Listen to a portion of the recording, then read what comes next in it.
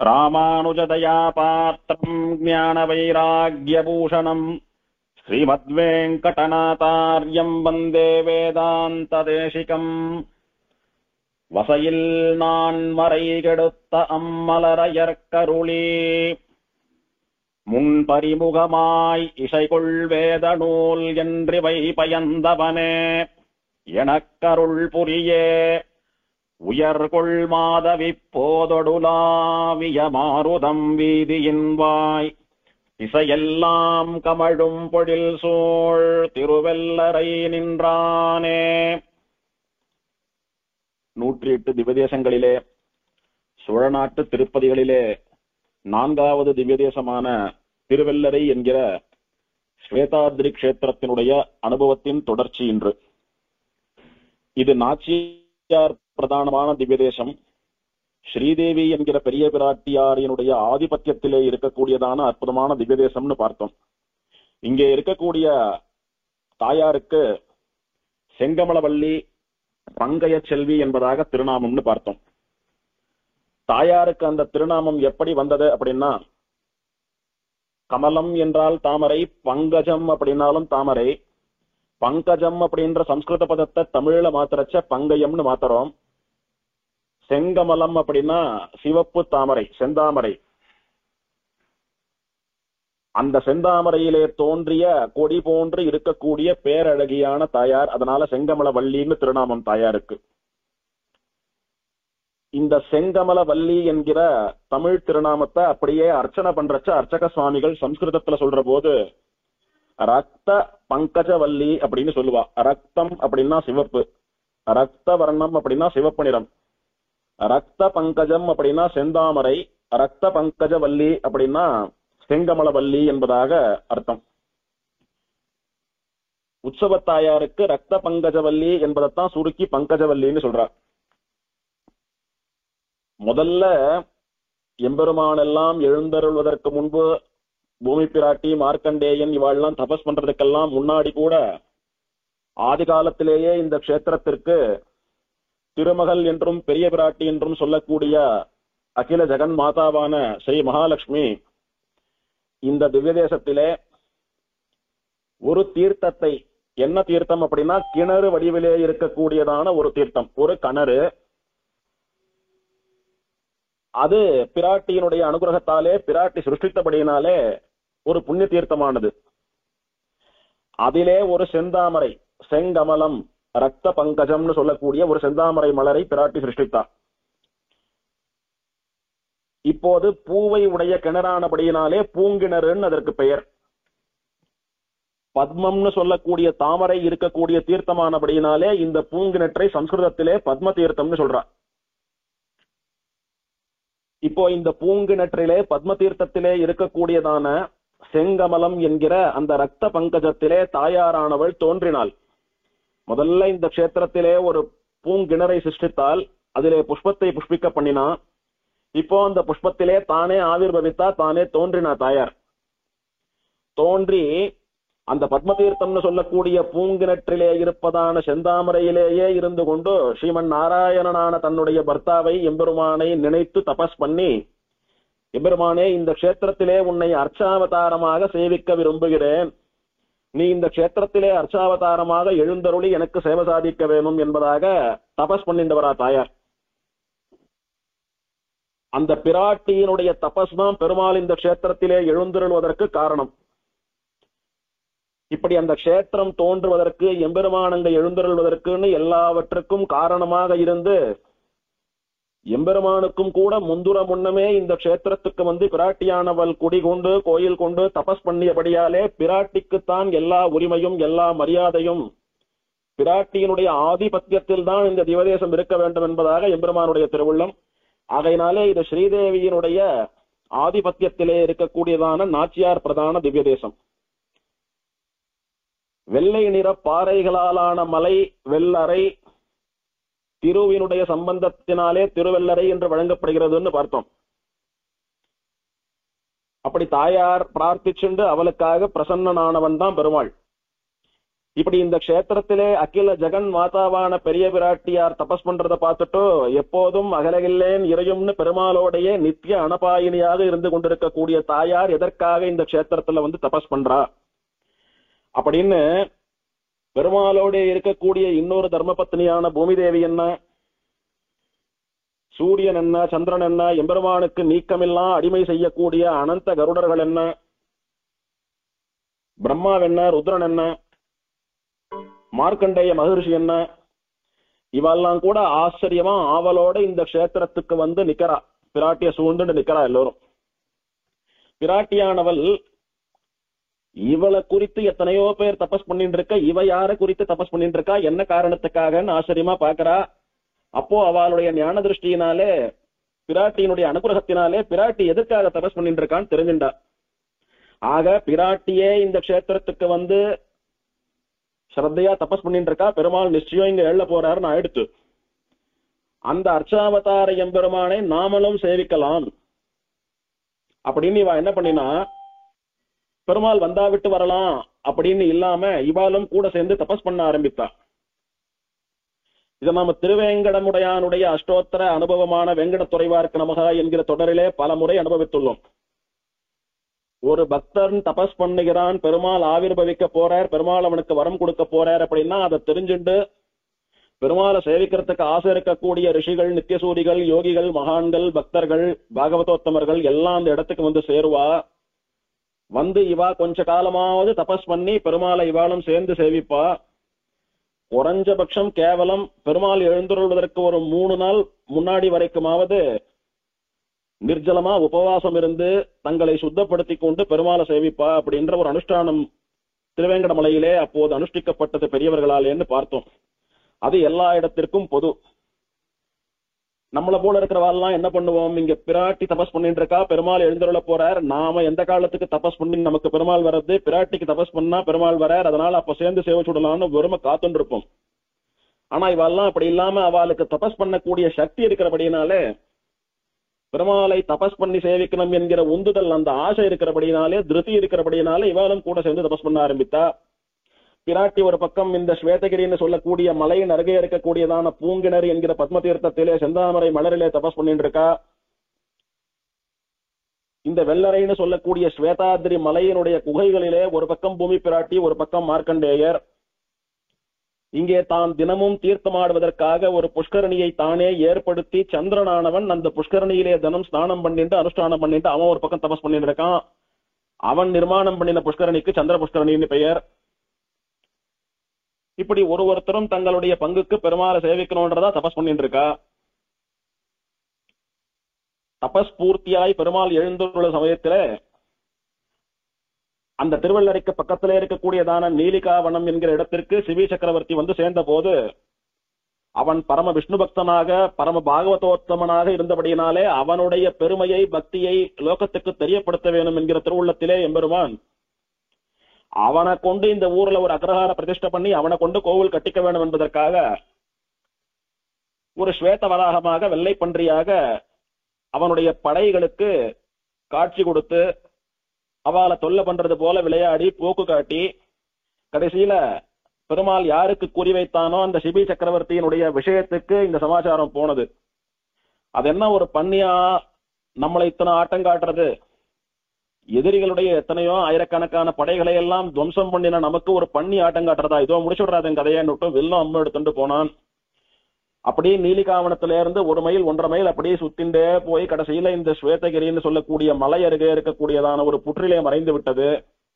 அந்த புத்த வெட்டணும்னு போறச்ச எம்பெருமான் அசரீரி வாக்கா வந்து, உனக்கு சேவை சாதித்தது ஸ்வேத வராகனான சாட்சாத் ஸ்ரீமன் நாராயணன் நான் தான், இந்த புத்தெல்லாம் வெட்டி அபசாரப்பட்டுடாத,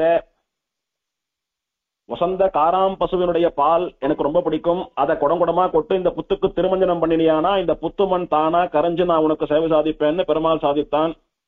அருகிலே இருக்கக்கூடிய மார்க்கண்டேயரும் பூமி பிராட்டியும் தபஸ் கலைந்து அதையே வலியுறுத்தினார்கள். விசேஷமா மார்க்கண்டேயர் புருஷ சூக்தம் எல்லாம் சேவிக்க வசந்த காராம் பசுவினுடைய பாலாலே திருமஞ்சனம் நடக்கிறது. அந்த ஸ்வேத வராகம் என்கிற எம்பெருமான் வெண் பன்றி மறைந்திருந்த புற்றுக்கு அபிஷேகம் பண்ணப்பட்டது. அந்த காராம்பசுவினுடைய பால் அப்படியே கரைஞ்சு வெள்ளமா போச்சு. அந்த வெள்ளம் தான் வராக தீர்த்தமாக மாறியது. வராகம் சம்பந்தப்பட்ட தீர்த்தம், வராகத்தினுடைய ஸ்ரீபாத தீர்த்தம் வராக தீர்த்தமா மாறித்து. அப்படி வராக தீர்த்தம் வந்தது.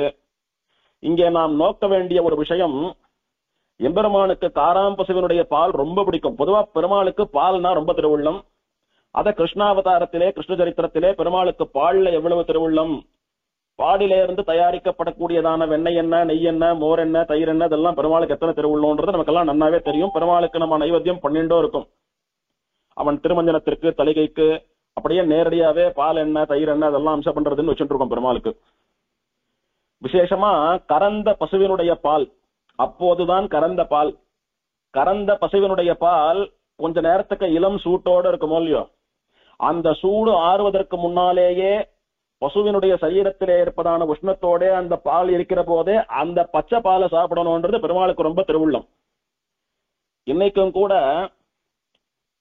சில வைதிகோத்தமர்கள் அவ திருமாளிகையில கோசாலை வச்சுட்டோ இல்ல பசுக்களை பராமரிச்சுட்டோ அவள் இடத்துல பசு இருந்ததானா நல்ல ஒரு ஆச்சாரமான வெள்ளி பாத்திரத்திலேயோ வெள்ளி குடத்திலேயோ அவ கையால தீர்த்தம் ஆடிட்டு ரொம்ப மடியா சுத்தமா அந்த பசும்பாலை பிழிஞ்சுட்டு போய் தேவப்பெருமாளுக்கு கொடுத்தா தேவப்பெருமாளுக்கு விஸ்வரூப காலத்திலே அம்சம் பண்றதுன்றது வழக்கம். இன்னைக்கும் இல்ல நம்ம இடத்துல பசு இல்லைன்னாலும் பரவாயில்ல, ஒரு விழுப்பில்லாத நல்ல பாத்திரத்துல யார் பசு வச்சுட்டு இருக்காளோ அவள் இடத்துல கறந்த பாலை வாங்கிட்டு வந்து அம்சம் பண்ணா கூட அந்த சூடு குறையாம இருந்தா, பச்சை பாலா இருந்தா பெருமாளுக்கு அம்சம் பண்ணலாம்.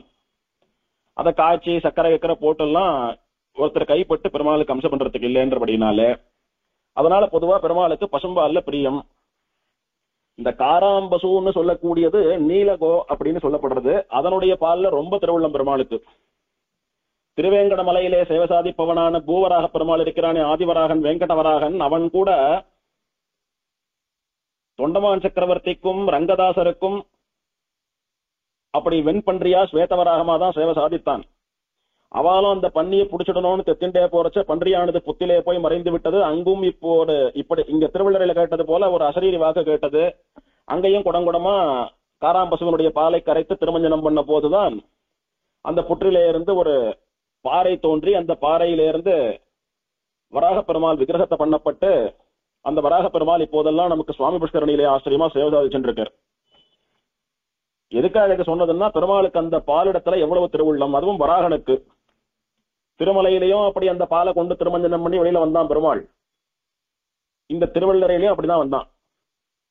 திருவேங்கடமுடையான் இருக்கிறானே ஸ்ரீனிவாசன், அவன் கூட புற்றிலே மறைந்திருந்தான்.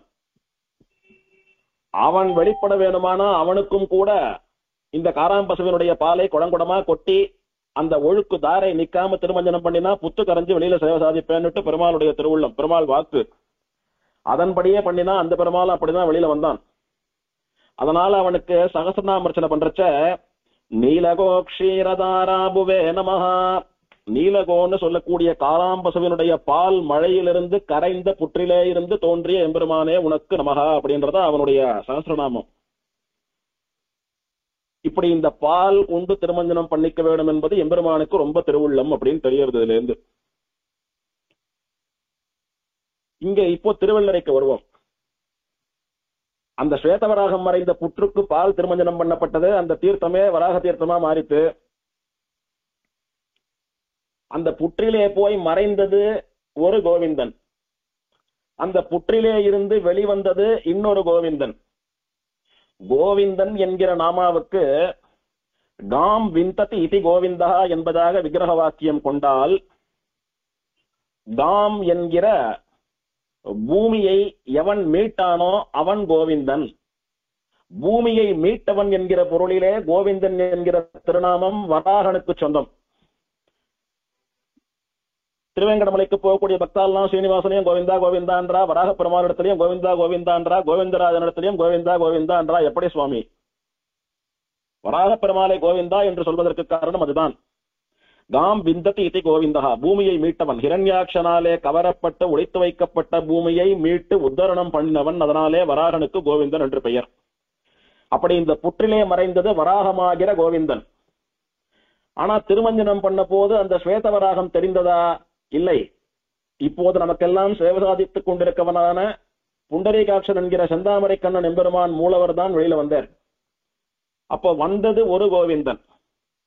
காம் அப்படின்னா பசு, பசுக்கள் அப்படின்னு அர்த்தம். காம் விந்ததி இதி கோவிந்தான் அந்த இடத்திலே விக்கிரகம் கொண்டால் பசுக்களை பாலனம் பண்ணினவன், பசுக்களை மேய்த்தவன், பசுக்களை ரட்சணம் பண்ணினவன் என்கிற பொருளிலே அது கண்ணனை குறிக்கும். இப்படியாக அந்த புற்றிலே மறைந்தது ஒரு கோவிந்தன், வெளியில வந்தது ஒரு கோவிந்தன். திருவேங்கடமுடையான ஏன் கோவிந்தான்னு சொல்றா அப்படின்னா, பசுக்களை மீட்டவன் கண்ணன், அந்த கண்ணனே திருவேங்கடமுடையானாக எழுந்தருளி இருக்கிறான் என்று சுவாமி தேசிகன் காட்டிக் கொடுக்கிறார். ஆகிறபடினாலே திருவேங்கடமுடையானை கோவிந்தா என்று சொல்வதும் சரிதான். அப்படி ஆச்சரியமான கோவிந்த கஷேத்திரம் வராக கஷேத்திரம் இது. பொதுவா கோவிந்த கஷேத்திரம்னு சொன்னா வராகன் மற்றும் கண்ணன் ரெண்டு பேருடைய சம்பந்தத்தினாலே கோவிந்த துவய கஷேத்திரம், இரண்டு கோவிந்தர்களுடைய கஷேத்திரம் இது. வராக கஷேத்திரம் என்கிற போது ஸ்வேதவராகமாக பெருமாள் சேவை சாதித்த கஷேத்திரம் இது. ஆச்சரியமா இந்த கோவிலுக்கு சம்பந்தம் இல்லை, கோவிலுடைய புண்ணிய தீர்த்தங்கள்ல ஒண்ணு இல்லை அப்படின்னாலும், இந்த கோவிலுக்கு வெளியில ஊருக்குள்ள கோவிலுக்கு பின்பக்கத்தில ஒரு 50 அடி தூரத்துல ஒரு ஆச்சரியமான குளம் உண்டு. பார்க்கறதுக்கு குளம் போல இருக்கும், ஆனா அது கிணறு. அதற்கு ஸ்வஸ்திக் கிணறுன்னு பேரு. சில பேர் ஸ்வஸ்திக் குளம் அப்படின்னு சொல்றதும் உண்டு. அப்போ சோழ நாட்டை ஆண்ட அரசர்கள் எல்லாரும் ஸ்நானம் பண்ணணுன்றதுக்காக, குறிப்பா அரண்மனை வாசிகள்லாம் ஸ்நானம் பண்ணணுன்றதுக்காக அந்த குளத்தை நிர்மிச்சதா தெரியுது.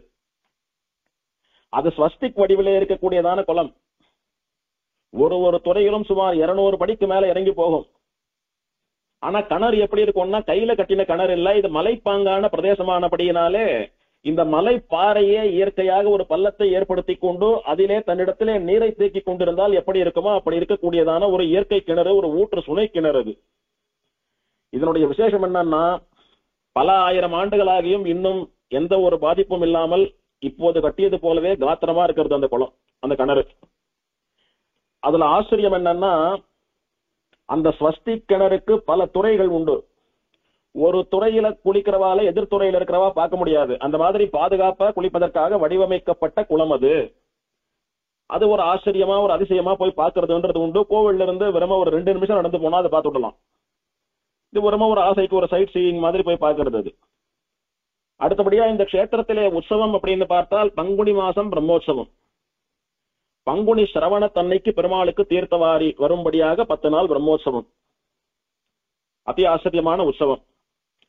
ஏற்கனவே நேற்று விஞ்ஞாபித்தது போல பிரம்மோற்சவத்திலே முதல்ல தாயார் புறப்பாடாகி பின்னால்தான் பெருமாள் எழுந்தருள்வர். எல்லா உபச்சாரங்களும் முதல்ல தாயாருக்கு, பிறகு பெருமாளுக்கு. இந்த 10 நாள் உற்சவத்தினுடைய சிறப்பு என்ன அப்படின்னா, ரொம்ப கூட்டம் எல்லாம் இல்லாம ஏகாந்தமா இருக்கக்கூடிய உற்சவம். ஊர் கூட இன்னும் அந்த காலத்தை போலவே கிராமப்பாங்காகவே இருக்கக்கூடிய ஊர். அதனால நிம்மதியா அரசல் புரசல் இல்லாம நிம்மதியா பெருமாளோடையே வந்து நன்னா சேவிக்கலாம். உற்சவ காலங்கள்ல ததியாராதனையும் விசேஷமா பண்றா. தங்கி இருந்து சேவிக்க முடிஞ்சா அது ஒரு அனுபவம். அந்த பங்குனி சிரவணத்தை தீர்த்தவாரியாக கொண்ட பிரம்மோற்சவம் 10 நாள்ல 3வது நாள் அன்னைக்கு என்ன ஒரு விசேஷம் அப்படின்னா, மலை மீது எழுந்தருள் இருக்கக்கூடிய புண்டரீகாட்சன் உற்சவரும் மலை மீது எழுந்தருள் இருக்கக்கூடியவளான பங்கஜவல்லி, ரக்த பங்கஜவல்லின்னு சொல்லக்கூடிய உற்சவர தாயாரும் 2 பேரும் புறப்பட்டு ஸ்ரீரங்கத்துக்கு கொள்ளிடக்கரைக்கு எழுந்தருள்றா. திருவள்ளிரையில இருந்து நடைப்பயணமாவே புறப்பாடாகி போய் வடதிருக்காவிரின்னு சொல்லக்கூடிய கொள்ளிடக்கரையிலே எழுந்தருளிருந்து அங்க இவா 2 பேருக்கும் விசேஷமா சேர்த்தி திருமஞ்சனம் எல்லாம் ஆகி இவாளுக்கு விசேஷமான சாத்துப்படி புஷ்பமாலை எல்லாம் சாத்தி அங்க பிரசாதங்களை எல்லாம் நைவேத்தியம் பண்ணி ஆராதனம் எல்லாம் கண்டருள பண்ணி கிட்டத்தட்ட ஒரு 5-6 மணி நேரம் பெருமாளும் பிராட்டியும் அங்க சேர்த்தி சேவை சாதிக்கிறா. கொள்ளிடக்கரையில மணல் வெளியில அழகா ஒரு பந்தல் போட்டிருப்பா. அந்த பந்தல்ல ஒரு திருமஞ்சன வேதிக்கை ஏல பண்ணி இந்த உற்சவங்கள்லாம் திறந்த வெளியிலேயே நடக்கும். அது சேவிப்பதற்கு ஒரு கண்கொள்ளா காட்சி. அடியே நேற்று வாட்ஸ்அப் குரூப்ல ஷேர் பண்ணியிருந்தேன் அந்த போட்டோவையும் கூட. கொள்ளிடக்கரையிலே புண்டரீகாட்சனும் பங்கஜவல்லியும் எழுந்தருளி இருக்கக்கூடியதான படம். பக்கத்துல ஒரு அர்ச்சக சுவாமி கையில மல்லி புஷ்பம் திருத்துழா இது 2த்தையும் பெருமாள் திருவடியில சமர்ப்பிப்பது போல அந்த படம் இருக்கும். அதை சேவிச்சிங்களானா தெரியும். எத்தனை அழகா இருக்கா பாருங்க. ஸ்ரீரங்கநாச்சியார் நம்பெருமாள் சேர்த்தியோ இல்ல கமலவல்லி நாச்சியார் நம்பெருமாள் சேர்த்தியோன்னு சொல்றபடிக்கு அசப்புல அதே மாதிரி தெரியும்படியான திருக்கோலம், திருமுக மண்டலம், அதே தோற்றம். ஆச்சரியமா இருக்கக்கூடிய பெருமாள் தாயார். நேத்து என்ன பார்த்தோம்? உத்தமர் கோயில் பெருமாள், அன்பில் பெருமாள் ரெண்டு பேரும் மாசி மகத்தன்னைக்கு கொள்ளிடக்கரைக்கு எழுந்தருளி தீர்த்தவாரி கண்டருள்றான்னு பார்த்தோம். அன்னைக்கு அவளுக்கு திருமஞ்சனம் உண்டு இதே கொள்ளிடக்கரையில. இப்போ திருவள்ளரை பெருமாள் ஸ்ரீரங்கத்துக்கு தாயாரோட வந்து திருமஞ்சனம் கண்டருளி உற்சவம் கண்டருள்றாருன்னு அனுபவிக்கிறோம். இப்படி ஒரு திவ்ய தேசத்து பெருமாளை இன்னொரு திவ்ய தேசத்துல பாக்குறது சேவிக்கிறதுன்றதே ஒரு தனி அனுபவம். ஒரு ஊர்ல இருக்கக்கூடிய பெருமாள் இன்னொரு ஊருக்கு போறதுன்றது, அவரை நாம அந்த ஊர்ல போய் சேவிக்கிறதுன்றதே ஒரு ஆச்சரியமான ஒரு அனுபவம் தான். இதெல்லாம் கிடைக்கிறச்ச பயன்படுத்திக்கணும். கலியனுடைய அனுபவத்தை போல இது. கலியன்னு சொல்லக்கூடிய திருமங்கை ஆழ்வார் ஒரு ஊர்ல ஒரு பெருமாளை போய் சேவிக்கிறச்ச அங்க எல்லா ஊர் பெருமாளும் அவருக்கு சேவை கொடுக்கறதுன்றது வழக்கம். நமக்கும் அப்பேற்பட்ட அனுபவம் கிடைக்க வேண்டுமானா இதை பயன்படுத்திக் கொள்ள வேணும். என்ன ஒரு சின்ன வித்தியாசம்னா, இவர் எங்க போறாரோ அங்க எல்லா பெருமாளும் வந்து சேவை கொடுப்பா. நாம பெருமாள் எங்க போறாரோ அங்க போனா நமக்கு சேவை கிடைக்கும்ன்றது ஒரு வித்தியாசம். அப்படி ஆச்சரியமான இந்த உற்சவத்தை சேவிக்க வேணும். இப்போது இந்த திவ்ய தேசத்தை மங்களாசாசனம் பண்ணின பெரியாழ்வார் மற்றும் திருமங்கையாழ்வாரினுடைய அனுபவம். பெரியாழ்வார் இந்த எம்பெருமான் செந்தாமரை கண்ணன் கண்ணன் என்கிறபடியினாலே கிருஷ்ணாவதாரத்திலே மண்டி கிடந்தவரான பெரியாழ்வார் இந்த எம்பெருமானை கண்ணனாக ஆச்சரியமா மங்களாசாசனம் பண்றார். இவரும் கூட திருமங்கையாழ்வாரை போல பல திவ்ய தேச எம்பெருமான்களாக இந்த எம்பெருமானை சேவிக்கிறார். உன்னையும் ஒக்கலையில் கொண்டு தமிழ் மருவி உன்னொடு தங்கள் கருத்தாயின செய்து வரும் கண்ணியரும் மகிழக் கண்டவர் கண்குளிரக் கற்றவர் தெற்றி வரப் பெற்ற எனக்கருளே மண்ணு குறுங்குடியாய் வெள்ளரையாய் மதில் சூழ் சோலை மலைக்கரசே கண்ணபுரத்தமுதே என்னவலம் கலைவாய் ஆடுக செங்கீரை ஏழுலகுமுடையாய் ஆடுக ஆடுகவே. இதுல விஷயம் என்னன்னா, வெள்ளரையாய் என்கிற ஒரு பதத்தினாலே இந்த எம்பெருமானை ஆழ்வார் இந்த பாசுரத்திலே மங்களாசாசனம் பண்ணியிருக்கிறார்.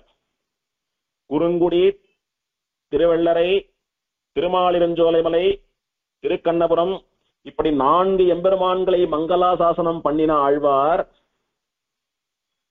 என்னன்னு சொல்லி அனுபவிக்கிறார் அப்படின்னா, இந்த 4 திவ்ய தேசங்களிலும் எழுந்தருளி சேவை சாதிப்பவன் கண்ணன் என்பதாக. அவனுக்கு செங்கீரை பருவத்திலே அவனை கொஞ்சி பாடுவதான பாட்டாக இந்த பாட்டை ஆழ்வார் கையாண்டிருக்கிறார்.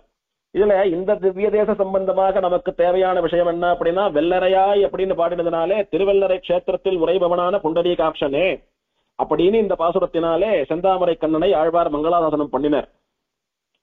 அவன் எப்பேற்பட்டவன், அவனுக்கும் எனக்கும் என்ன சம்பந்தம் அப்படின்னா, என் அவலம் கலைவாய், என்னுடைய கஷ்டத்தை எல்லாம் என்னுடைய துக்கத்தை எல்லாம் நீக்குபவனே அப்படின்னுட்டு இந்த எம்பெருமான் இவருக்கு அனிஷ்ட நிவர்த்தின்னு சொல்லக்கூடிய இவருக்கு ஆகாதது இவருக்கு கூடாததை எல்லாம் ஒழிப்பவன் அழிப்பவன் அப்படின்னு தெரிவிக்கிறார். என் அவலம் கலைவாய் என்பதனாலே என்னுடைய துக்கத்தை பிரசனமும் பண்ணுபவனே, என் துக்கத்தை இல்லாமல் பண்ணுபவனே அப்படின்னுட்டு துக்க பிரசமனா கண்ணா அப்படின்னு அனுபவிக்கிறார். இவனை 7 உலகும் உடையா என்பதாக எல்லா லோகங்களுக்கும் இவனே சுவாமி என்று இவனுடைய சர்வ சுவாமித்துவமானது இங்கே சொல்லப்படுகிறது. சர்வ சுவாமித்துவம் அப்படின்னா என்ன? 7 உலகு அப்படின்னு சொல்லக்கூடியது வெறும் 7 உலகு மட்டும் இல்ல. 7 உலகுன்றது எல்லா உலகங்களுக்கும் உபலட்சணம். 7 உலகு இவனுடையது, இன்னொரு 7 உலகு யாருடையதோன்னு நினைச்சுக்கிறதுக்கு இல்ல. 7 உலகுன்னு சொன்னா எல்லா உலகங்களும் அர்த்தம். அதெல்லாம் உடையாய் எல்லாவற்றுக்கும் சுவாமியானவனேன்னுட்டு இந்த அண்டசராசரங்களுக்கும் இவன் சுவாமி என்பதை எல்லாம் இவனாலே படைக்கப்பட்டு இவனாலே காக்கப்பட்டு இவனாலே தரிக்கப்படுகிறது என்பதை ஆழ்வார் ஆச்சரியமா காட்டிக் கொடுக்கிறார். அதனால இந்த திருவள்ளரையிலே இருப்பவன் நம்முடைய கஷ்டங்களை எல்லாம் நிவர்த்தி பண்ணி நம்முடைய துக்கங்களை எல்லாம் நாசனம் பண்ணுபவனான சர்வலோகங்களுக்கும் சுவாமியான நமக்கும் சுவாமியான பரம்பொருள் என்பதை ஆழ்வார் ஆச்சரியமா காட்டிக் கொடுக்கிறார். சுவாமி திருவெள்ளரை பெருமாள் அப்படின்னு வெள்ளரையாயின்னு சொன்னார். என் அவலம் கலைவாயின்னுட்டு துக்கங்களை களைபவர்னு சொன்னார். 7 உலகம் உடையாயின்னுட்டு சர்வ சுவாமி எல்லாவற்றுக்கும் அதிபதினு சொன்னார். இதை கொண்டு இவர் பரத்துவம்னு நிர்தாரணம் பண்ணிடலாமா அப்படின்னா, முப்போதும் வானவர்கள் ஏத்தும் வெள்ளரை நின்றாய் அப்படின்றார். முப்போதும் வானவர்கள் ஏத்தும் முனிவர்கள் வெள்ளரை நின்றாய். ரிஷிகள்லாம் இந்த எம்பெருமானை சேவிக்கிறா, வானவர்கள் சேவிக்கிறா. இங்கே வானவர்கள் அப்படின்னா சாமான்யமா இங்க இந்த எம்பெருமானை சேவித்துக் கொண்டிருக்கக்கூடிய பிரம்மன், ருத்ரன், சூரியன் சந்திரன் இவாளை வச்சுண்டாலும் சரி, அல்லது வானுலகுன்னு சொல்லக்கூடிய எம்பெருமான் எழுந்தருளி இருக்கக்கூடியதான திருநாட்டை வானுலகுன்னு வச்சிருந்தாலும், அங்கே இருக்கக்கூடிய நித்தியசூரிகள் வானவர்கள் வச்சிருந்தாலும், அனந்த கருடன் முதலான நித்தியசூரிகளாலே சேவிக்கப்பட்டுக் கொண்டிருக்கும் எம்பெருமான் கொண்டாலும் சரி, எப்படி கொள்ளலாம் அப்படின்னா ரெண்டு மாதிரியும் கொள்ள வேணும். என்ன ஆதாரம்னா அந்த பெருமாள் அந்த சன்னதி அங்க இருக்கக்கூடிய காட்சி தான் ஆதாரம். சாமானிய தேவதைகளான சூரியனும் சந்திரனும் சாமரம் பரிமாறிட்டு இருக்கா, நித்திய சூரிகளான கருடனும் அனந்தனும் சேவிச்சுட்டு இருக்கா. இவன் பரம்பொருள் என்பதை காட்டிக் கொடுக்கக்கூடிய சங்க சக்கரங்கள் இவன் திருமேனியிலே பிரகாசிக்கின்றன. இவன் அருகிலே மண்டியிட்டுக் கொண்டு பூமி தேவியானவள் சேவித்துக் கொண்டிருக்கிறாள். பூமி தேவி யார மண்டியிட்டு சேவிப்பா? இவன் ஒருத்தனை தவிர. அப்ப இவன் பரம்பொருள். சரி, ஸ்ரீதேவியானவள் இருக்க வேண்டுமே அப்படின்னா பங்கஜவல்லின்ற பெயர்ல இவன் பக்கத்திலேயே இருந்துட்டு இருக்கா ஸ்ரீதேவி. இப்படி பல லட்சணங்களை கொண்டு இந்த எம்பெருமான் பரம்பொருள் என்பது இங்கே காட்டிக் கொடுக்கப்படுகிறது. திருவெக்கா பாசுரத்திலே ஆழ்வார் மங்களாதாசனம் பண்றச்ச கால் நிலம் தோய்ந்து விண்ணோர் தொழும் கண்ணன் வெக்கா அப்படின்னு கொண்டாடினார் வெக்காவை. விண்ணோர்கள் எல்லாம் இந்த எம்பெருமானை எப்படி சேவிக்கிறாளாம்? கால் நிலம் தோய்ந்து சேவிக்கிறாளாம். நெடுஞ்சான் கிடையாக விழுந்து வணங்குதல், சாஷ்டாங்க பிரணாமம் பண்ணி சேவிக்கிறார் இந்த எம்பெருமானை. அப்பேற்பட்ட கண்ணன் இவன். அப்படி விண்ணோர்கள் சாஷ்டாங்கமா விழுந்து சேவிக்கக்கூடிய அந்த கண்ணன் தான் இங்கே செந்தாமரை கண்ணனாக இந்த திருவள்ளரையிலே எழுந்தருளி இருக்கிறான். இதை ஆழ்வார் அவரே சொல்றார், கண்ணனே வெள்ளரை நின்றாய் அப்படின்னுட்டு இந்த திருவள்ளரையிலே இருப்பவன் கண்ணன் அப்படின்னுட்டு கிருஷ்ணன்னு நிர்தாரணம் பண்றார் இந்த பெருமாளை. இப்போ கண்ணன் இவன் தான் நமக்கெல்லாம் காட்டி கொடுத்தாச்சு, தானும் அனுபவிச்சு ஆயிடுச்சு. ஆழ்வார் யசோத பிராட்டியினுடைய பாவத்தில இருந்து கண்ணனை தாயாராட்டமா கொஞ்சம் இல்லையோ, அதனால தன்னுடைய தாய்ப்பாசத்தை காட்ட ஆரம்பிச்சு விட்டார். பல்லாயிரவர் இவ்வூரில் பிள்ளைகள் தீமைகள் செய்வார், எல்லாம் உன்மேல் அன்றி போகாது எம்பிரான் நீ இங்கே வாராய். நல்லார்கள் திருவெல்லரை நின்றாய் ஞானச் சுடரே உன்மேனி, சொல்லார வாழ்த்தி நின்றே சொப்பட காப்பிடவாராய். 5 லட்சம் குடிகள் இருக்கக்கூடியதான இந்த ஊரில வீம்பு பண்ணக்கூடிய சேஷ்டைகள் எல்லாம் பண்ணக்கூடிய எத்தனையோ குழந்தைகள் உண்டு. அவெல்லாம் தப்பு பண்ணுவா, கடைசியில நீதான் மாட்டின்றுவ. யார் யாரோ பண்ற பழி பாவம் எல்லாம் உன் தலையில தான் வந்து விடியும். அதனால தான் தப்பு பண்ணிட்டு பழிய உன் மேல போடுற அவளை விட்டுடு, அம்மாவண்ட வந்து விடுறா குழந்தை. உனக்கு யார் யார் கண்ணெல்லாம் பட்டதோ, யாரெல்லாம் உன்னை கொல்லணும், உன்னை அடிக்கணும், உன்னை வெட்டணும்னு வந்தாலோ அந்த திருஷ்டியெல்லாம் போகும்படியாக நான் உனக்கு திருஷ்டி கழிக்கிறேன், வந்துடு அப்படின்னு கண்ணன ஆகிற தன்னுடைய குழந்தைய யசோத பிராட்டி ஆகிற பெரியாழ்வார் கூப்பிடுறார். இதுல ஒரு கொடுமை என்னன்னா, பண்ற தீம்பெல்லாம் இவன் தான், கூட போற பசங்க எல்லாம் பாவம் பேசாம இருக்கிறது, பண்றதெல்லாம் இவன் தான் பண்றான். ஆனா தாய் பாசம் பாருங்க, இது எத்தனை வால் பிள்ளையாக இருந்தாலும் கூட இதனிடத்துல இருக்கக்கூடிய வாஞ்சை வாத்சல்யம், நீ ஒரு தப்பம் பண்ணல, ஏதோ பசங்கள்லாம் தப்பு பண்ணிட்டு பொல்லாததுகள் உன் மேல போட்டுடுறதா குழந்தை, அதனால நீ போய் மாட்டின்றாதே வந்துடுவோன்னு கூப்பிடுறா. ஆனா பண்றது இதுதான்றது பாவம் தெரியல அவளுக்கு. அப்பவும் அது வரல. காப்பிடல்னு சொல்லக்கூடியது தினம் எம்பெருமானுடைய திருக்கோயில் என்ன, நாம எம்பெருமானை அவாவா திருமாளிகையில பண்ணக்கூடிய விக்கிரகாராதனமோ சாலக்கிராம ஆராதனமோ என்ன, இதெல்லாம் பண்ணி முடிச்சுட்டு கோவில் கதவை சாத்துவது, கோயிலாழ்வார் பெட்டியை சாத்துறது, ஸ்தாலகிராம பெருமாள் பெட்டியை சாத்துறது, அதற்கு சம்பிரதாய பரிபாஷையிலே காப்பிடல்னு பெயர். காப்பு இடல் அப்படின்னா, உனக்கு நடந்த ஆராதனைகள் எல்லாம் முடிஞ்சு போயிடுத்து, நீ ஓய்வெடுத்துக்கோ என்பதாக பெருமாளுக்கு சன்னதியை சாத்தி ஓய்வு கொடுத்தல். அந்த மாதிரி கண்ணாணி கார்த்தால இருந்து அவளோட இவாளோட எல்லாம் விளையாடி அழுத்து போய் களைச்சு போய் வந்துட்ட, அவ என்னென்னமோ பண்ணி பழியெல்லாம் உன் மேல போடுறதுக்கு பாக்குறான், நாழியா எடுத்து சூரியன் மறைய போறான், அதனால ஆத்துக்கு வந்து விடுறா, ஊர்கண்ணெல்லாம் உன் மேலதான் பட்டிருக்கு, அதனால உனக்கு திருஷ்டி கழிக்கிறேன் வந்துடு அப்படின்னுட்டு அவனுக்கு திருஷ்டி கழிப்பதற்காக காப்பிடுவதற்காக யசோதை பிராட்டி கூப்பிடுவது போல ஆழ்வார் பாடுறார். அவ்வளவு சுலபத்துல வந்துடுமா அந்த குழந்தை? இவ சொல்ல சொல்ல இன்னும் நல்லா விளையாடிட்டு இருக்கிறது வரவே இல்லை. அப்ப குழந்தைய எப்படி மிரட்டலான்னுட்டு அதுக்கு பயம் வர மாதிரியான ஒரு பாட்டை பாடுறா. கஞ்சன் கரு கொண்டு நின்மேல் கருணிர செம்மையிற்பேயை வஞ்சிப்பதற்கு விடுத்தான் என்பதோர் வார்த்தையும் உண்டு. மஞ்சு தவழ் மணிமாட மதில் திருவெல்லரை நின்றாய் அஞ்சுவன் நீ எங்கு நிற்க அழகனே காப்பிடவாராய். கம்சன் கண்ணுங்கரேன்னு பார்த்தாலே அப்படியே கொலை நடுங்கிற மாதிரி இருக்கிற ஒரு பேய். அதுவானா பாக்குறதுக்கு கண்ணங்கரேன்னு அடுப்பு கறி மாதிரி இருக்கிறது. அதனுடைய தலையானா செக்கச்சவேல்னு ரத்த கலர்ல இருக்கிறது. இப்படி விகாரமா உடம்பு கண்ணங்கரேல்னு தலை செக்கச்சவேல்னு இருக்கக்கூடிய பேய பாக்குறச்சையே வயிறெல்லாம் கூட வந்து அப்படியே போட்டு புரட்டுறது. அது உன்னை என்ன பண்ணிடும்னு தெரியல எனக்கு. அந்த பேய் வந்துடுத்துனா உன்னை மிரட்டுமோ விழுங்குமோ தெரியலடா குழந்தை, நீ வந்துடு, நீ அங்க இருந்தியானா உன்னை புடிச்சுட்டு போயிடும். அந்த பேய உன்னை கொல்லணும்னு காத்துட்டு இருக்கிற உன் மாமா கம்சன் உன்னிடத்திலே அனுப்பி இருக்கிறான்னு நான் கேட்டேன் அப்படின்னு ஒரு வார்த்தை உண்டு அப்படின்னு சொல்லிருக்கேன் எனக்கு. அது வந்துட போறது, உன்னை ஷாட்டுன்ற போறது, உன்னை பிடிச்சுன்ற போறது, வந்துடுறா. மஞ்சு தவள் மணிமாட மதில் திருவெல்லரை நின்றாய். மஞ்சுன்னு சொல்லக்கூடியது மேகம். ஆச்சரியமான மதில்கள் இந்த திவதேசத்திலே உண்டுன்னு சொன்னோம் அடியன் நேற்று. ஆழ்வார்கள் எல்லா திவதேசங்களிலும் மதில் இருந்தாலும் கூட சில திவ்யதேசத்து மதில் சுவர்களைத்தான் ஆச்சரியமா கொண்டாடுறா. மதில் திருவரங்கத்தாய் மதில் திருவெள்ளரை நின்றாய் என்பது போல இருக்கிற திவதேசங்கள்லயே ரொம்ப அவசரமான மதில் அப்படின்னா இந்த திருவெள்ளரை மதில் தான். அதனால ஆழ்வாருக்கு இந்த மதிலை விட்டு வைக்க மனசில்லை. மதில் திருவெள்ளரை நின்றாய். எப்பேற்பட்ட மதில்?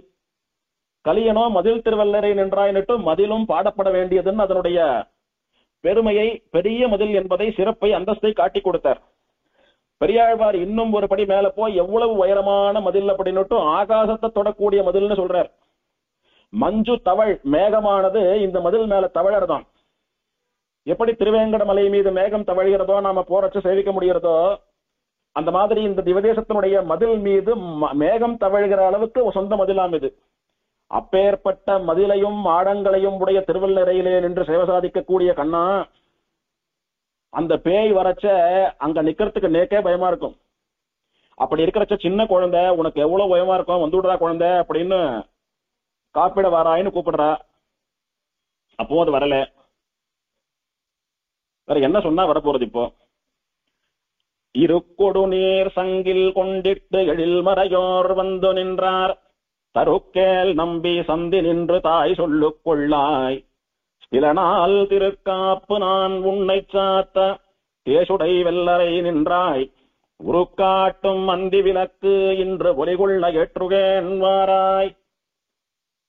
குழந்தையா ஆசையா கூட்டாச்சு. மற்ற குழந்தைகள்லாம் பழி போட்டுடும், வாடான்னு பழி சொல்லுக்கு அஞ்சாமல் வந்துடும் அப்படின்னு சொன்னா அதுக்கும் வரல. பேய காட்டி மிரட்டமா அப்பவும் வரமாட்டேன்றது. தொட்டில்ல குழந்தையா படுத்துட்டு இருக்கிறச்சையே எத்தனையோ பேரை காலால் உதைத்து சம்ஹாரம் பண்ணின குழந்தை இது போய் பேய்க்கெல்லாம் பயப்படுமா? அந்த செம்மயிர் பேயன்றது பூதனைய சொல்றாரு அப்படின்னு வியாக்கியானம். அந்த பூதனைய கூட பால் சாப்பிடுறது போல அவருடைய உயிரை எடுத்து அவளையும் சம்ஹாரம் பண்ணின குழந்தை. இதுக்கு பயப்படுறதுக்கு என்ன இருக்கு இப்போ? அதனால பழி பாவத்துக்கு பயப்படல. இவா குறை சொல்றா அவா குறை சொல்றான்னு புறத்தியார் சொல்ற குறைக்கும் பயப்படல. அது அடிக்கும் இது வெட்டும் இது குத்தும் பயந்துடு அப்படின்னா அதுக்கும் பயப்படல. என்ன சொன்னா வரும், வேற வழி இல்லை, இதன் காலில் ஊன்ற வேண்டியதுதான். சரணாகதி பண்ணா வந்துட போறது. சரணம்னு சொன்னா வராம இருக்குமோ? இருக்கொடு நீர் சங்கில் கொண்டிட்டு எழில் மறையோர் வந்து நின்றார். இருக்கு அப்படின்னா ருக்கு, ருக்குன்னா மந்திரங்கள். புருஷ சூக்தத்திலே சொல்லப்பட்ட மந்திரங்கள் முதலான மந்திரங்கள். வேத மந்திரங்களை சொல்லிண்டு சங்கிலே தீர்த்தத்தை எடுத்துண்டு ஆச்சரியமா வேத அத்தியனம் பண்ணின பிராமணர்கள் அவ வந்து காத்துட்டு இருக்கா. உனக்கு ரட்சையிடணுன்றதுக்காக காத்துட்டு இருக்கா. அவ மந்திரங்களையும் தீர்த்தத்தையும் கொண்டு உனக்கு திருவாராதனம் பண்ணி ரட்சையிட வேண்டும், காப்பிட வேணும்னு காத்திருக்கிறா. வேதமோதிய அத்தியனம் பண்ணின பிராமணோத்தமர்கள் காத்துட்டு இருக்கான்றச்சு அவளை காக்க வைக்கிறது உனக்கு சொரூபம் கிடையாது. அதனால நீ வந்துடுவேன்னு தெரியும். தீம்பு நிறைந்தவனே, சந்தி நின்று தருக்கேல். 4 சந்தியில எல்லாம் போய் நிக்காதே. 3 சந்து கூடுற இடம் 4 சந்து கூடுற இடம்னு சொல்லக்கூடிய 4 சந்தியில எல்லாம் போய் நிக்காதே. யார் யாரோ அவ வாத்த குழந்தைகளுக்கு திருஷ்டி சுத்தி போட்டிருப்பா, அதெல்லாம் உன்னால ஒட்டிடும். அதுக்கெல்லாமும் கூட சேர்த்து உனக்கு பிராயசித்தாதி ரூபத்தில ஒரு காப்பீடல் பண்றதுக்காக, ஒரு திருஷ்டி கழிப்பதற்காக வேதாத்தியனம் பண்ணின பிராமணோத்தவர்கள் எல்லாம் கூட சங்கிலே தீர்த்தத்தை கொண்டு மந்திரங்களை சொல்லிய வாயோட நின்றுட்டு இருக்கா. தாய் சொல்லு கொள்ளாய். அம்மாவோட வார்த்தையை கேள்றா குழந்தை. தேசுடை வெள்ளரை நின்றாய். அதியாச்சரியமான தேஜஸை உடைய திருவெள்ளரையிலே இருப்பவனே, நின்று கொண்டு சேவை சாதிப்பவனே, இன்று நான் திருக்காப்பு உன்னை சாத்த, இப்போது நான் உனக்கு ரக்ஷைன்னு சொல்லக்கூடிய இந்த திருஷ்டியை கழிப்பதற்காக உருக்காட்டும் அந்தி விளக்கு ஏற்றுவேன். இருட்டு போயிடுத்து, சூரிய அஸ்தமனம் ஆயிடுத்து, எலக்ட்ரிக்கல் லேம்ப் எல்லாம் இல்ல, யார் எங்க இருக்கா எது எங்க இருக்குன்னு தெரிய போறது இல்ல. சூரியாஸ்தமனத்துக்கு முன்னாடியில இருந்தே கெஞ்சின்னு இருக்கண்டா குழந்தை, நீ வரமாட்டேன்ற. இப்ப அஸ்தமனமும் கூட ஆயிடுத்து, இருட்டு வந்துடுத்து. இதுக்கு மேல எப்படி இந்த அம்மா காப்பிடுவா, வந்து ஒளிஞ்சுக்கலான்னு பாக்குறியா? இல்ல, உன்னுடைய அழகை பார்ப்பதற்காக நான் சின்னதா ஒரு அகல் விளக்கு ஏற்றுறேன். சாயங்கால வேளையிலே ஏற்றக்கூடியதான அந்தி விளக்கை ஏற்றுகிறேன். அந்த விளக்கு ஒளியிலே உன்னுடைய அழகை பார்ப்பேன். அதன் பிறகு உனக்கு காப்பிடுவேன். அதனால கொஞ்சம் சீக்கிரம் வந்துடுவோம் என்பதாக வேத மந்திரத்தை கொண்டு வேதியர்கள் நிற்கிறா. நான் உன்னை சரணாகதி பண்றேன்னு 2 உபாயத்தை கை கொண்டு குழந்தைய கூட்டா குழந்தை வந்துடுத்து. வேதம் வல்லார்களை கொண்டு விண்ணோர் பெருமான் திருப்பாதம் பணிந்துன்னு நம்மாழ்வார் காட்டி கொடுத்தார்.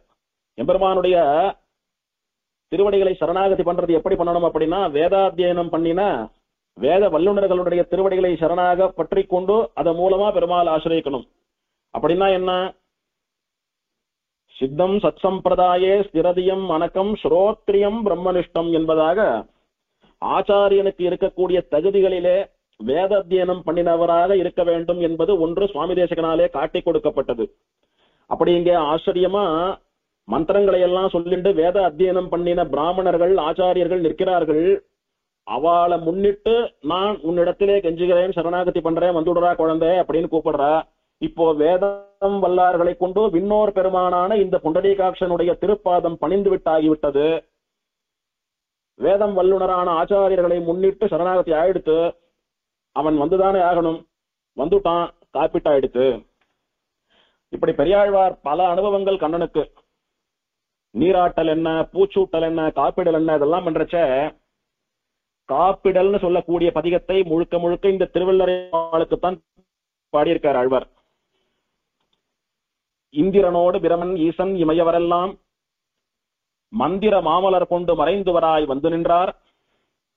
சந்திரன் மாளிகை சேரும் சதுரர்கள் வெள்ளரை நின்றாய்.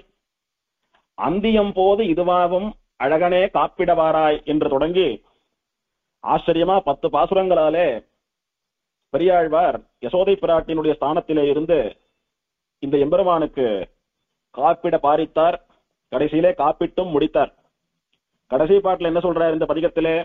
போதமர் செல்வ கொழுந்து புனர் திருவெல்லரையானை மாதற்குயர்ந்த அசோதை மகன் தன்னை காப்பிட்ட மாற்றம் வேதப்பயன் கொள்ள வல்ல விட்டு சித்தன் சொன்ன மாலை பாதப்பயன் கொள்ள வல்ல பத்தருள்ளார் வினை போமே அப்படின்னுட்டு பல ஸ்ருதியை சொல்றார் ஆழ்வார்.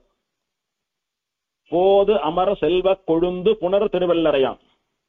போது அப்படின்னா மலர் புஷ்பம், அதிலே அமர்கிற செல்வ கொழுந்து, செங்கமலத்திலே அமைந்திருக்கக்கூடிய செல்வம்னு சொல்லக்கூடிய ஐஸ்வர்யத்திற்கு அதிபதியான அதிபத்னியான செங்கமலவல்லி புனர் திருவெல்லரையான். அந்த செங்கமலவல்லி நீங்காமல் சேர்ந்து அருகிலேயே இருக்கக்கூடியவனான திருவள்ளரை புண்டரீகாட்சன் கண்ணன்.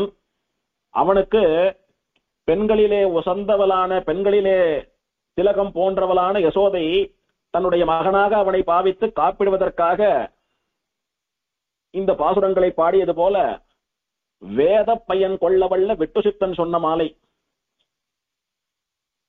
வேதத்தினுடைய சாரம் இன்னது என்று தெரிந்து அந்த வேதத்தை கொண்டு பரம்பொருளை ஸ்தாபித்த பெரியாழ்வாராகிற நான் சொன்ன இந்த பாடல்கள் பாத பயன் கொள்ளவல்ல பத்தருள்ளார் வினை போமே. இந்த 10 பாசுரம் இல்ல சுவாமி, இதுல ஒரு பாதத்தை சொன்னாலும் கூட பக்தர்களினுடைய வினை போகும். அப்படின்னா அவளுடைய பாவங்கள் எல்லாம் போகும், அவளுடைய ஜென்மா நீங்கும், அவளுக்கு எம்பெருமானுடைய திருவடி பிராப்தமாகும் என்பதாக பலம் சொல்றார் ஆழ்வார். இந்த 10 பாசுரம் சொல்லணும்ன்றது இல்லை, இதுல ஒரு வரி சொன்னா கூட போரும், ஒரு பாதம் சொன்னா கூட போரும். இது எங்கேயோ கேட்ட மாதிரி இருக்க அப்படின்னா திருவிருத்தத்து தனியன்ல திருவிருத்தத்து ஓரடி கற்று இரியர் திருநாட்டகத்தேன்னு தெரிவித்தார். இந்த திருவிருத்தத்திலே ஒரு அடியை கத்துண்டா கூட திருநாட்டுக்கு போயிடலாம் அப்படின்னுட்டு. அந்த மாதிரி இந்த 10 பாசுரங்கள்ல ஒரு அடியை சொன்னாலும் கூட உங்களுடைய வினைகள்லாம் போகும், பாவங்கள்லாம் போகும்ன்றதா வசந்த பலனை ஆழ்வார் சொல்லியிருக்கிறார். அப்பேற்பட்ட ஆச்சரியமான திவ்யதேசம் இது. 11ம் பெரியாழ்வாராலே மங்களாசாசனம் பண்ணப்பட்ட பாசுரங்கள். இரண்டாவது வரை மங்களாதாசனம் பண்ணின ஆழ்வார் கலியன்னு சொல்லக்கூடிய திருமங்கை ஆழ்வார். திருமங்கை ஆழ்வாருக்கு எப்போதுமே ஒரு பழக்கம் உண்டு. என்ன அப்படின்னா, முதல்ல எந்த திவ்ய தேசத்தை பாடினாலும் அந்த திவ்ய தேசத்தினுடைய பிரகிருதி வர்ணனம், இயற்கை அழகு, அதை வர்ணிக்க ஆரம்பிப்பார் ஆழ்வார். நேர பெருமாளை மட்டும் பாடி சரணாகதி பண்றேன்னு சொல்றது ஆழ்வாருடைய வழக்கம் இல்லை.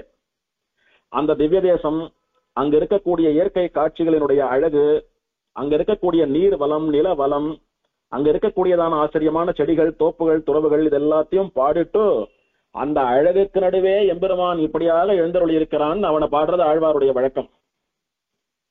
இதுல என்ன சுவாமி பெரிய விசேஷம்? ஆழ்வார் கவிஞர் தானே.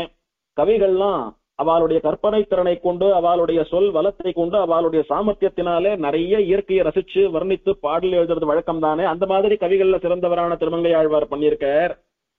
இதுல என்ன ஒரு பெருசா ஒரு அதிசயம் அப்படின்னா, அப்படி இல்ல விஷயம். வியாக்கியாத்தாக்கள் தெரிவிக்கிறா, நம்முடைய விசிஷ்டாத்வைத சித்தாந்தத்துக்கு பிரதானமான ஒரு பிரதிதந்திரம், நாம மட்டுமே ஒத்துண்ட உசந்த கொள்கை என்ன அப்படின்னா, ஷரீரி பாவம் என்பது. சரீரம் என்பது உடல், ஷரீரி அப்படின்னா அந்த உடலுக்கு சொந்தக்காரனாக அந்த உடலை ஆட்டுவிப்பவனாக இருக்கக்கூடிய ஜீவன், ஆத்மா, உயிர். இந்த அண்ட சராச்சரங்களும் எம்பெருமானுக்கு சரீரம், எம்பெருமான் அதற்கு ஷரீரி. இந்த அண்ட சராச்சரம்னு சொல்லக்கூடிய எல்லா உலகங்களிலே இருக்கக்கூடிய அசையும் பொருட்கள், அசையா பொருட்கள், ஜட பொருட்கள், ஜீவராசிகள் எல்லோரும் எம்பெருமானுக்கு உடல், அவன்தான் உயிர், அவன் தான் தாங்கறாது. அந்த உயிரே இல்லை அப்படின்னா இந்த உடல் ஒண்ணுத்துக்கும் பிரயோஜனம் இல்லாம உழுந்து போயிடும். ஆக அவனுடைய சரீரமாக, அவனுடைய திருமேனியாக இருக்கக்கூடியதான நீர், நிலம், அந்த மாதிரி இயற்கைகள் எல்லாம் வர்ணிக்கிற போது அதுவும் கூட எம்பெருமானையே அனுபவித்து பாடியதாக ஆகும். இங்க இயற்கை வடிவிலே இருக்கக்கூடிய எம்பெருமானுடைய திருமேனி அழகை வர்ணித்து விட்டு அதன் பிறகு கோவிலுக்குள்ள போய் அங்க அர்ச்சாவதாரமா இருக்கக்கூடிய பெருமானுடைய அழகை வர்ணித்து பாடுறதுன்றது ஆழ்வார் வழக்கம். அதனால 10 பாட்டு இருக்குன்னா 10 பாட்டுல ஒரு பாசுரத்துக்கும் 2 லைன் முழுக்க இயற்கை வர்ணனை தான் சுவாமி. அப்படின்னா அப்படி இயற்கையை தன்னுடைய சரீரமாக கொண்ட அந்த இயற்கையில் கரந்தெங்கும் பறந்து உரைகிற எம்பெருமானுடைய வர்ணனம் தான் அது. அதனாலதான் பாசுரம் சொல்றச்ச நம்ம முழுசா சொல்றோம், பெருமாளை பத்தின விஷயங்கள் மட்டும் சொல்லாம. இது ஒண்ணு. ரெண்டாவது, திருமங்கை ஆழ்வாருக்கு இன்னொரு விசேஷமான ஒரு பழக்கம் என்னன்னா, எந்த அர்ச்சாவதார எம்பெருமான பாடினாலும் 2 வரியால விபவாவதாரத்தை பாடிட்டோ அடுத்த 2 வரியால அர்ச்சாவதாரத்தை பாடுறதுன்றது இவருடைய வழக்கம். ராமாவதாரத்தை சொல்லி அந்த ராமன் தான் இங்க இப்படி இந்த பெருமாளா இருக்கான்னு சொல்லுவார்.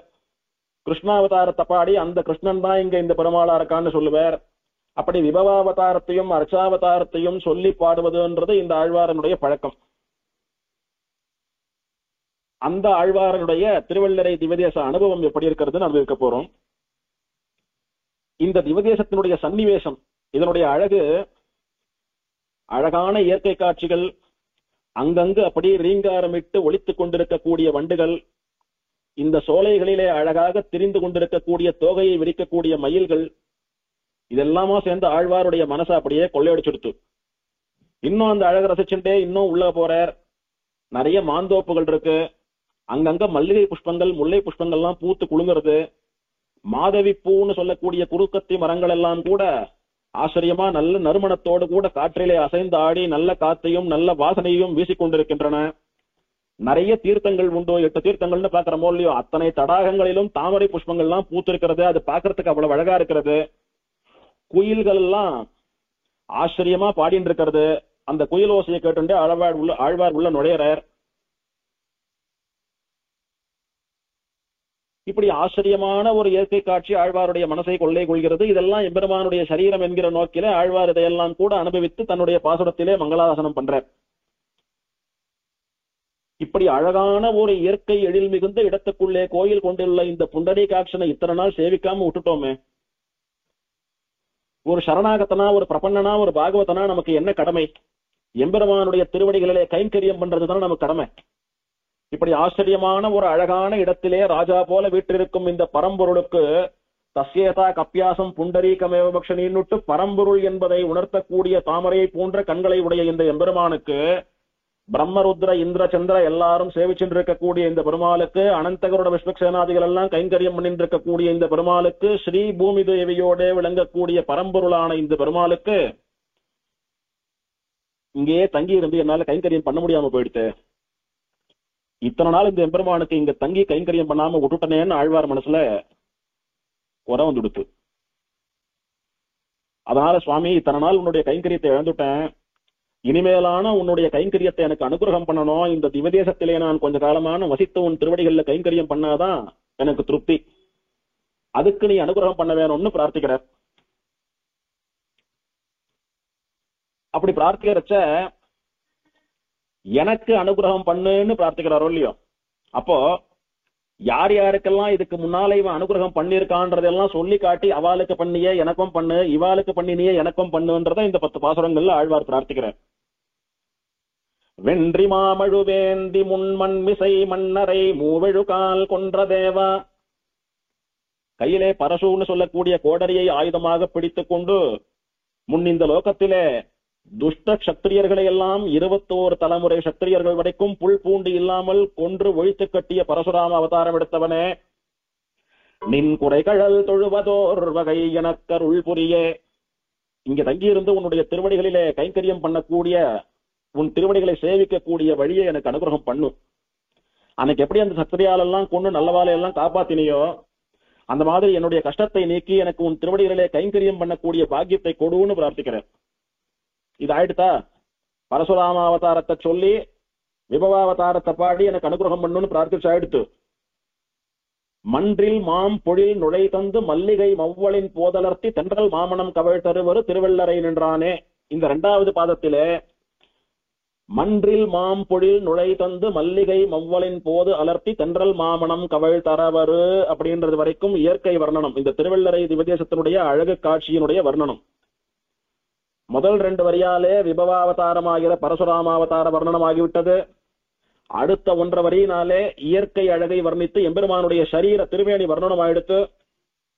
இப்படி அன்னைக்கு பரசுராமாவதாரம் எடுத்தவனும் இன்று இத்தனை அழகான திருமேனியை உடையவனாக திருவள்ளரையிலே விளங்குபவனுமான இந்த எம்பெருமான் திருவள்ளரை நின்றானே அர்ச்சாவதார பெருமாளே பாடி முடிக்கிறார். இதுதான் ஆழ்வாருடைய சைலி. இது ஒண்ணு.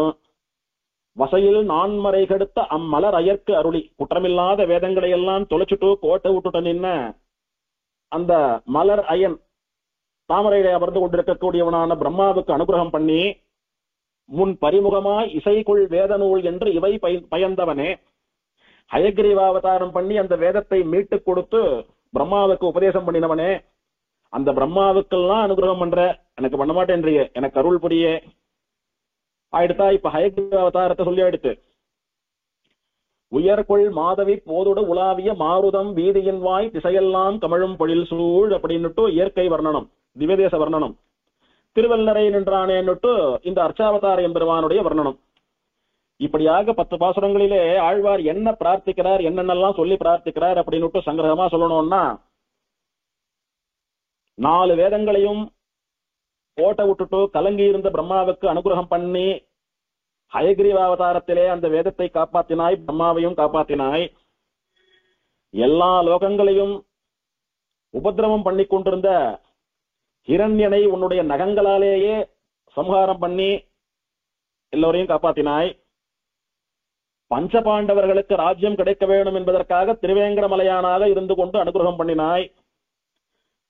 மகாவராகமாக தோன்றி பிரளய காலத்திலே மூழ்கி கிடந்த பூமி பிராட்டியை இடந்து மீட்டுக் கொண்டு வந்தாய்.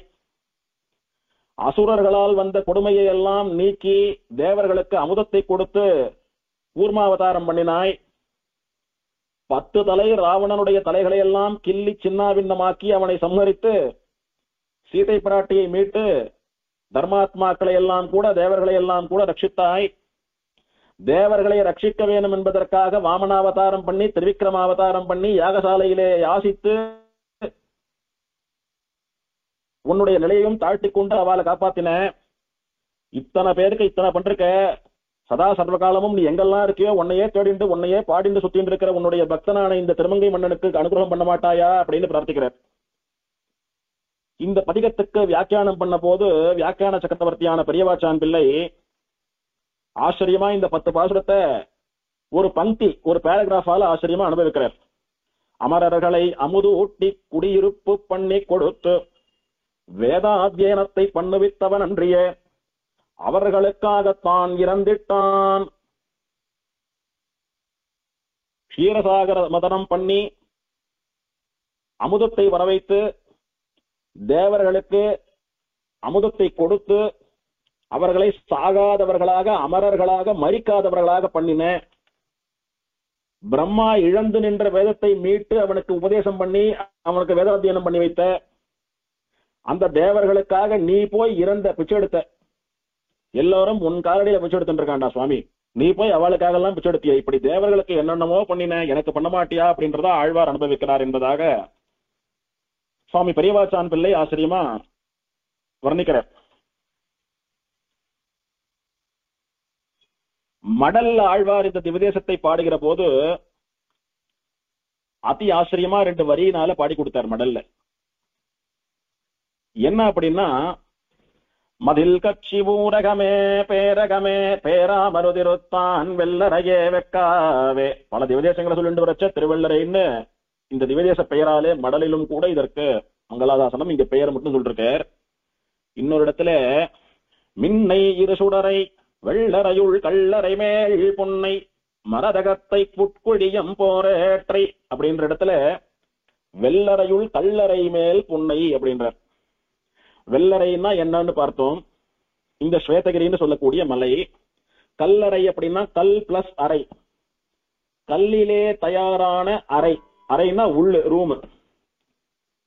அதன் மீது இருக்கக்கூடிய பொன் அப்படின்னா பொண்ணுன்னு சொல்லக்கூடிய ஸ்வர்ணமயமான ஹிரண்மயான பிராட்டியோட சேர்ந்து உரைகின்ற புண்டரீகாட்சன் அப்படின்னு பெருமாளையும் பிராட்டியும் சேர்த்து பொன் என்கிற ஒரு வார்த்தையாலே மங்களாதாசனம். வெள்ளறைனா புரியறது, பொண்ணுன்னா புரியறது, கல்லறைனா என்ன சுவாமி? எப்படி மலையை குடைந்து குடைவரை கோவில் கட்டுறாலோ அந்த மாதிரி இந்த ஸ்வேதாத்ரின்னு சொல்லக்கூடிய வெள்ளரை மலையை குடைந்து கல்லறைகள் இங்கே கட்டப்பட்டிருக்கிறது சிவி சக்கரவர்த்தியாலே.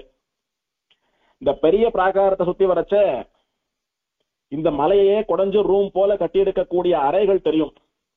அந்த மாதிரி அப்படி படர்ந்து விரிந்திருக்கக்கூடிய இந்த மலை மீது அந்த மலை பாறைன்னு சொல்லக்கூடிய கல்லை குடைந்து கட்டப்பட்ட ஒரு அறை மேலதான் எம்பெருமான் இப்போது எழுந்தருளி சேவை சாதிக்கிறான்.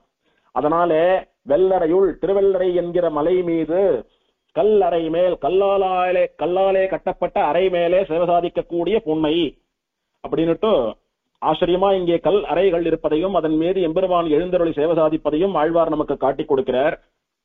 இந்த பெரிய பிராகாரத்துல வரைச்ச மேற்கு வாசல்னு சொன்னோமே, இந்த துருஷ்காலுடைய உபத்திரவத்தினாலே மறைச்சு வச்சிருக்கா, கல்தரை போட்டு மறைச்சுட்டான்னுட்டு அந்த இடத்துல பிரதட்சிணமா வரைச்ச அங்க ஆச்சரியமா அசரீதி கேட்கும். அங்க புண்டரீகாட்சா ரங்கா அப்படின்னு கத்தினோமானா 3-4 முறை திரும்ப திரும்ப எக்கோ கேட்கும். அசரீரின்னு தப்பா சொல்லிட்ட, மன்னிக்கணும். எக்கோ கேட்கும், எதிரொலிக்கும். இதே மாதிரிதான் ஸ்ரீரங்கத்திலையும் செங்கமலவள்ளி நாச்சியார் சன்னதியிலிருந்து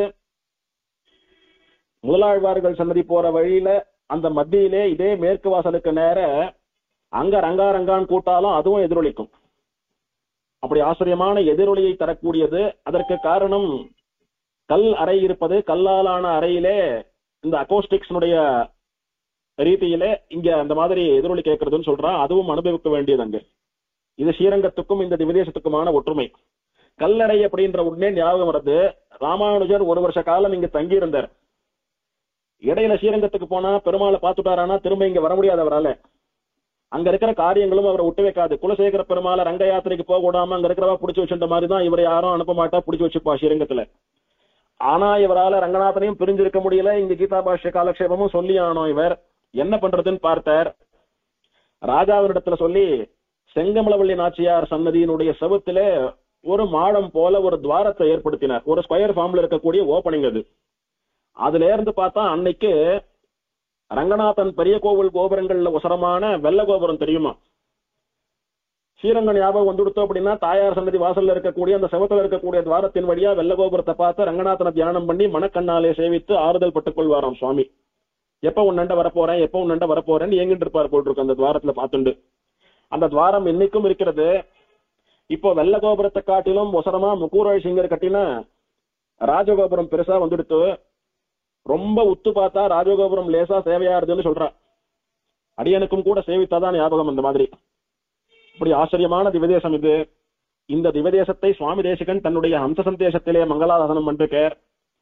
இந்த ஹம்சம் அப்படின்றது அன்னப்பறவை, சந்தேசம் அப்படின்னா தூது, அன்னப்பறவையை தூது விடுவதாக அமைந்த காவியம். இதிலே அந்த ஹம்சத்தை திருவள்ளரை திவதேசத்துக்கு போகுமாறு தூது அனுப்புகிற பட்சத்திலே பிருத்திவி லீலா திலக சுபகம் பশ্চিமம் பாகமேஷாம் நாம்னா வர்ஷம் ஜலசர நதி மாத்ருகம் காஹமானஹ திரக்ஷ்யஸ்யாராத் பரிமிததயாமக்ன கைலாசதுஷ்யம் ஸ்வேதம் சைலம் பனிபதிமிவ க்ஷமாதலாத் துஜ்ஜினாஹம் அப்படின்றதா ஆச்சரியமா இந்த ஸ்லோகம். என்ன சொல்றாரு அப்படின்னா, ஜலத்திலே உலாவிக் கொண்டிருக்கக்கூடிய அம்சப்பறவையே மேற்கு திசையில ஆத்து பாய்ச்சல்னால வலம் பெற்றதான வருஷம் என்கிற பெயரை உடைய அந்த வனத்திலே இது பூமிக்கு திலகமோ அப்படின்னு சொல்றது போல அழகாக இருக்கக்கூடிய சோழ தேசத்திலே இருக்கக்கூடியதான ஒரு பிரதேசம் இந்த திருவள்ளரை. அது மேற்கு திசையிலே இருக்கிறது. இந்த அம்சம் போறதுக்கு டைரக்ஷன் மேற்கு திசையில போனோம்னுட்டு டைரக்ஷன் சொல்றார். அது ஆத்து பாசனத்தினாலே வளம் பெற்றதுன்னா அங்க மழை இல்ல, வறண்ட பூமின்னு அர்த்தம். ஆனா என்ன பெயர் அந்த தீவிற்கு? வருஷம்னு பெயர். வருஷம்னா மழைன்னு அர்த்தம். மழை தீவுன்னு பெயரே தவிர மழை கிடையாது, வறட்சிதான் அங்க. அது பாக்குறதுக்கு எப்படி இருக்கும் தெரியுமோ? பூமி பிராட்டி தனக்கு அழகா ஒரு திலகமிட்டு அது போல இருக்கும். அவ்வளவு அழகான பூமி அது. அது சோழ தேசத்திலே சோழ நாட்டை சேர்ந்த ஒரு பிரதேசம். நீ அதற்குள்ளே நுழைந்து பறந்து கொண்டே செல். அப்ப உன் கண்ணுக்கு ஆச்சரியமா என்ன தெரியும் தெரியுமா? பாக்கிறதுக்கு ரொம்ப சின்னதா வெள்ளையா இருக்கக்கூடிய ஒரு கைலாசம் மலையானது ஜலத்திலே மூழ்கி முக்காவாசி மூழ்கிடுத்து கால்வாசி மாத்திரம் மேல தெரிஞ்சா எப்படி இருக்குமோ அந்த மாதிரி ஒரு வெள்ளை மலை உன் கண்ணுக்கு சேவையாகும். அது என்ன கைலாச மலை? பெருமாள் எழுந்தருளி இருக்கிற மலையை வெறும் கைலாச மலைன்னு சொல்லிடலாமா? இல்ல இல்ல, இன்னும் நன்னா சொல்லணும். பெருமாள் வராக அவதாரம் எடுத்து பூமியை காப்பாற்றிய போது அந்த பூமியை தலையாலே தாங்கிக் கொண்டிருக்கக்கூடிய ஆதிசேஷன் அந்த வராக பெருமாளை சேவிக்கணும்ன்றதுக்காக பூமியை பிளந்து கொண்டு அப்படியே பாம்பு படம் எடுத்துட்டு மேல வந்தது.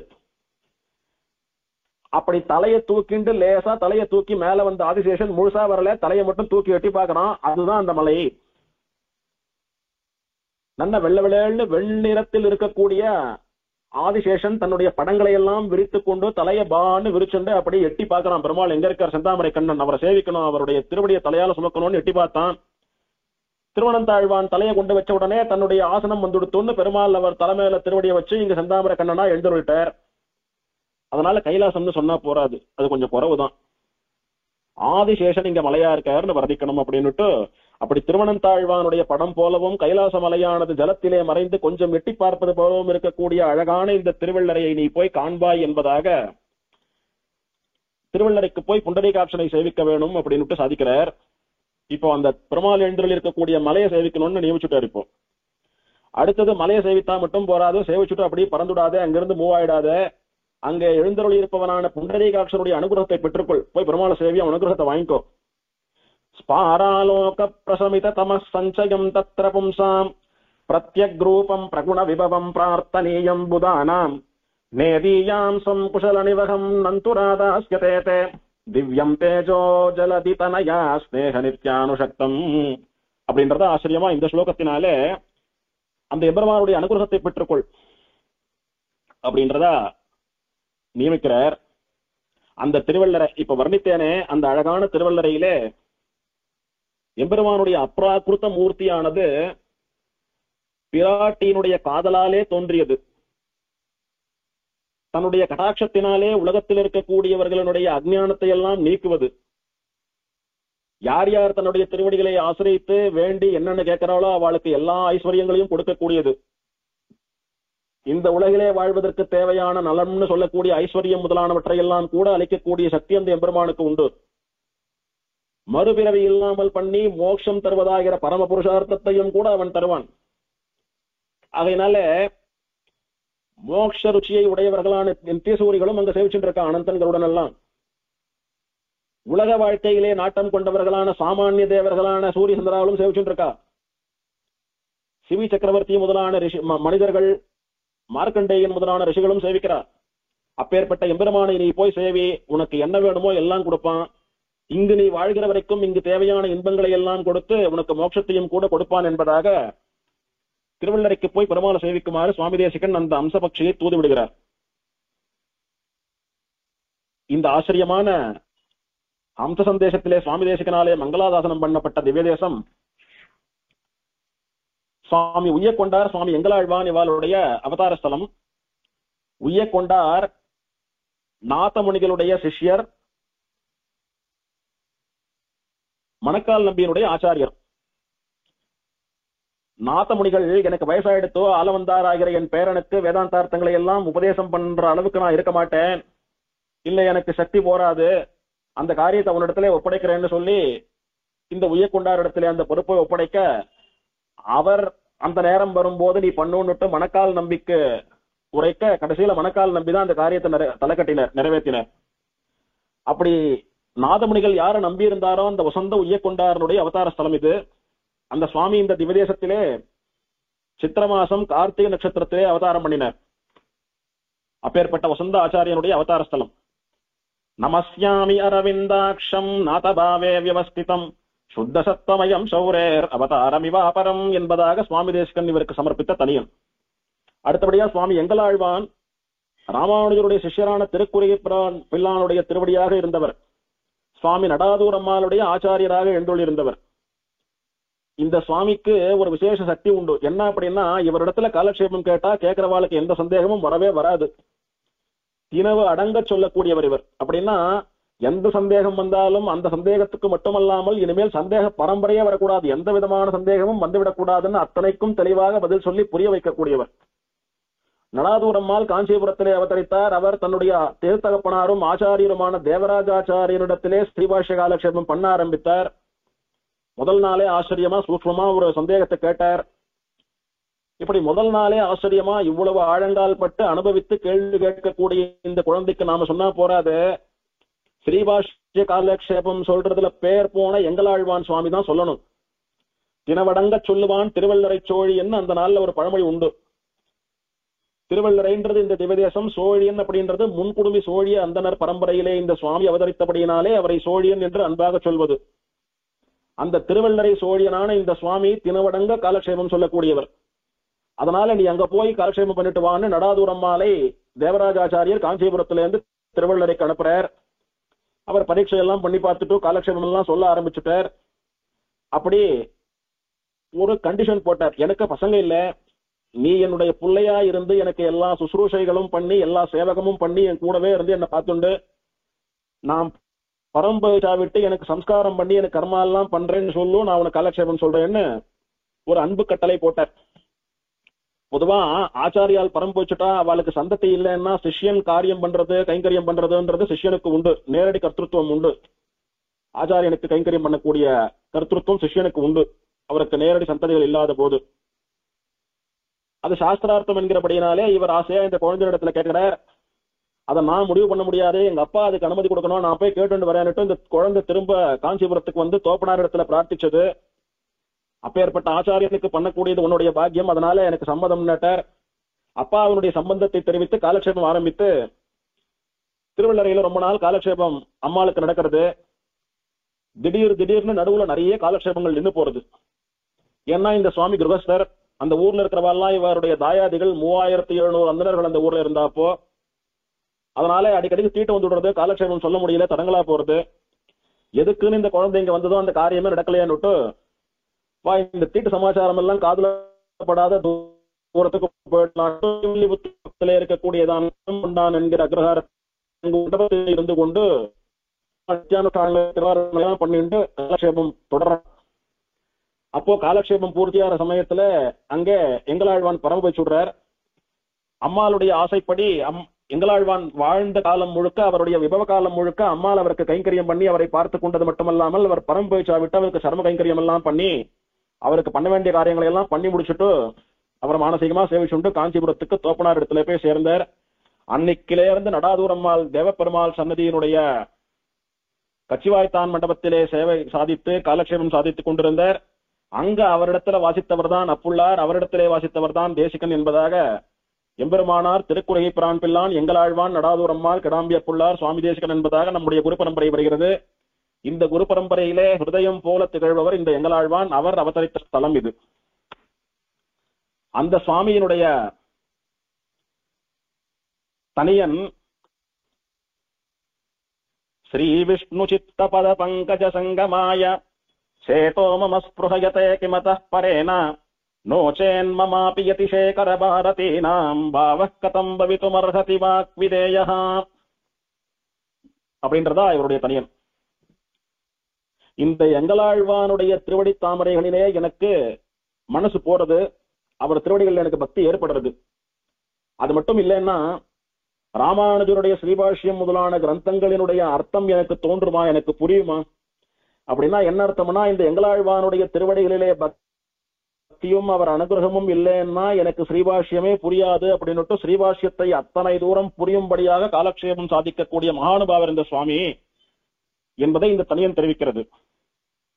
அடியேன் வாட்ஸ்அப் குரூப்ல ஷேர் பண்ணின போட்டோக்களை பத்தி விஞ்ஞாபிச்சுட்டு இதை முடிச்சுக்கிறேன்.